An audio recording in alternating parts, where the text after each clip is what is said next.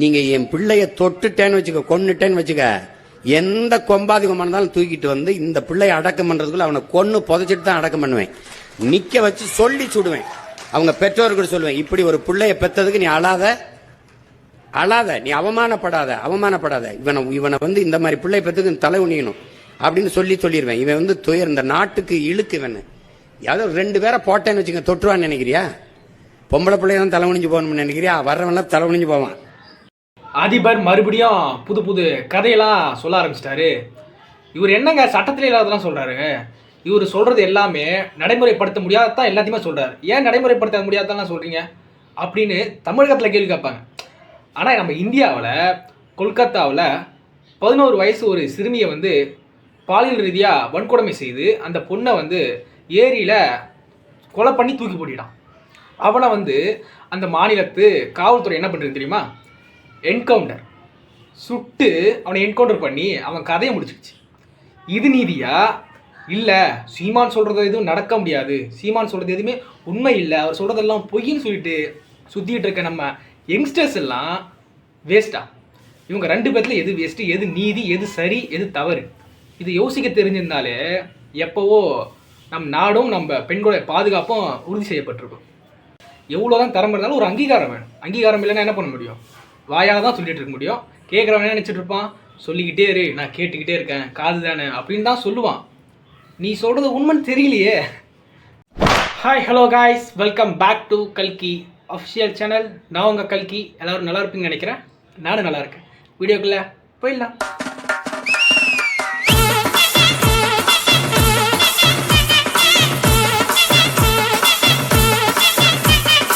Okay, எல்லா வழியாக நிறுத்திட்டு கொஞ்சம் வீடியோ பாருங்கள். பார்த்துலாமா?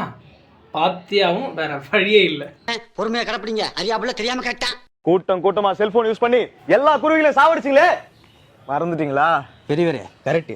இந்த காலத்து பசங்க எல்லாம் போனை யூஸ் பண்ணி குருவியை சாவடிக்கிறாங்க. நான் எந்த குருவியை பத்தி பேசுறேன், நீ எந்த குருவியை பத்தி பேசுற? நானும் அதே குருவியை தான் பேசுறேன். என்ன குருவிடா? இல்லை, எனக்கு புரியல. பேசும்போது அதை நாம படுத்துறது தெரியல, எனக்கு ஒன்றும் புரியல. ஏதோ குருவின்றாரு, சிரிக்கிறாங்க. எதுக்குடா சிரிக்கிறீங்க? மனசு உளைச்சலாவே இருந்துச்சு. சரி, ஊருக்கு போறதுக்கு முன்னாடி இந்த ஆள்கிட்ட கேட்டு போலான்னு வந்தா சொல்லவே மாட்டேங்கிறாப்பா நானு. என்னடா ரெய்னா வந்து வயிற்றுல குத்துறீங்க?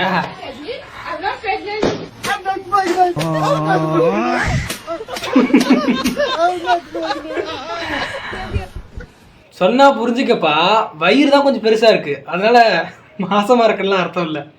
இதுங்க வயிறா இல்ல இது வயிறா? இதோ பாருமா, உன்னுடைய சுமையவாது 9 மாசத்துல இறக்கி வச்சிருவேன். ஆனா இவங்க எல்லாம் 25 வயசுல டெவலப் ஆன வயிறுமா இது. இத சாகுற வரைக்கும் தூக்கி சுமக்குறாங்க தெரியுமாமா?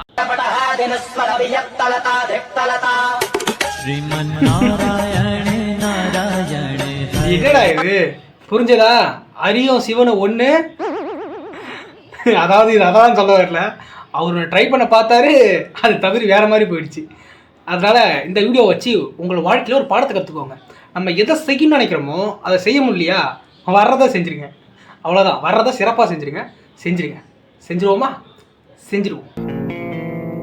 ஏய், என்னைய வச்சு ஒன்னும் காமெடி பண்ணலையே.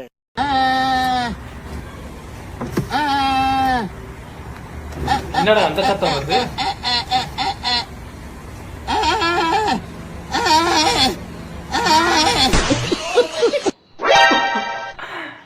ஏமா, நிறைய கொலகேஸ்ல உள்ள போயிருக்குமா? ஏய், அவன் செத்துட்டான்டா. ச்சே, ஆண்களுக்கு சேஃப்டியா இல்ல. ஹலோ, டான்ஸ் ஆட போறேன்னு நினைக்கிறேன்.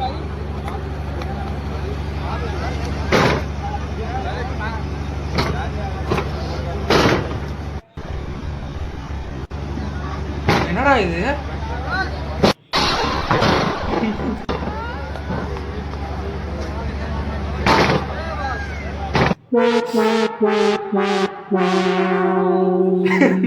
தம்பி முயற்சி நல்லா தான் பண்ணான். ஒரு 10 செகண்ட் நல்லா தான் பண்ணான். அதுக்கப்புறமா என்ன ஆச்சுன்னு தெரியல, எல்லாம் சொதப்பிடுச்சு. பொண்ணு மாப்பிள்ளை போட்டு அந்த மேக்கப்லாம் ஃபுல்லாமே களைச்சி விட்டாப்புல தம்பி. பொண்ணு மாப்பிள்ளை என்ன தெரியுமா நினைச்சிருப்பாங்க? காலங்காத்தால உனக்கு குறவழி வரைக்கும் சோத்த போட்டு வண்டியில ஏத்திட்டு வந்ததுக்கு உன்னால என்ன பண்ண முடியுமோ அதை பண்ணிட்டேன். தேங்க்யூ. என்ன பண்ற டேய்?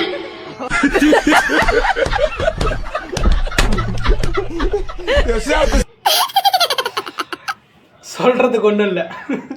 Next video. கர்ம கர்மா என்ன இப்படி நாறுது?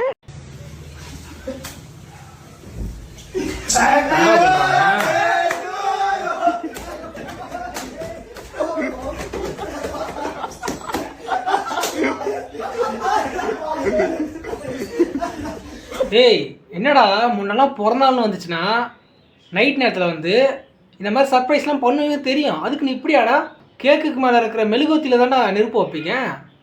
இப்படா நெருப்பு எங்கெங்கேயா வைக்கிறீங்க டேய்? மனுஷங்க அப்படி இருக்கீங்களா? ஏன்டா அப்படி இருக்கீங்க? ஏன்டா அப்படி இருக்கீங்க? நீங்கள் விளையாட்டுக்கு பண்ணுறது ஏதாவது விபரீதமாக இட போகுதுடா. அடா பாருங்களா இப்படிலாம் பிறந்தநாள் கொண்டாடுறாங்க பாடுறா அவனுங்க. தயவு செஞ்சு இதெல்லாம் யாரும் பண்ணி தொலைச்சிடாதீங்கடா டேய். ஏதாவது ஆயிட போகுதுடா. Boomer uncle. Yes. Come on come on uncle. Boomer uncle. எவ்வளவு அவமானம்! பேண்ட் போட சொன்னா பாவாடை எடுத்து கடிக்கிற. எத்தனை தடவை அடிக்கிறது, எவ்வளவு சொல்றது, மாத்திக்க மாட்டோம் உன்னை. அது சரி, அது பேக் பேண்ட் இல்லையா பாவாடையா? பார்த்துக்கோங்க. ஒரு காலத்தில் டைட்டாக போட்டால் அதுதான் கெத்துன்னு சுற்றிட்டு இருந்தானுங்க. அப்புறம் லூஸாக போட்டால் அதுதான் கெத்துன்னு சொல்லிட்டு இருந்தானுங்க. அப்புறம் என்னடா லூஸாக போட்டால் அங்கிள்ன்றானுங்க. டைட்டாக போட்டாலும் இவன் என்ன பூமர் மாரி பண்ணுறான்றானுங்க. இப்போது வந்து லூஸாகவும் இல்லாமல் டைட்டாகவும் இல்லாமல் பேகி பேண்ட்டாவே அதான் போட்டது கூட இல்லை. ஆனால் பாவாடைன்னு சொல்கிறாங்கடா இதை. நீங்களா இந்த கேசரி பேண்ட்ல அப்படியே அமிதாப் பச்சன் மாதிரி இருக்கீங்க. நம்பிட்டேன். I'm sorry. ஒரு 5 நிமிஷத்துக்கு முன்னாடி அவங்களை கொண்டு வந்திருந்தீங்கன்னா காப்பாத்திருக்கலாம். ஆனா இவ்வளவு நேரம் நீங்க என்ன பண்ணிட்டு இருந்தீங்க? ஆஹா, இன்னைக்கு தூங்குற மாதிரி நடிச்சு வேலையெல்லாம் என் தலையில கட்டிடலாம்னு நினைக்கிறியா? முடியாது, வாய்ப்பே இல்லை. நீ தான் பண்ணி ஆகணும். சின்ன ஒரு வீடியோ ஷேர் பண்ணிருக்க பாரு, செம்ம காமெடியா இருக்கு. பால் வைக்கும் காதலுக்கு ஜே.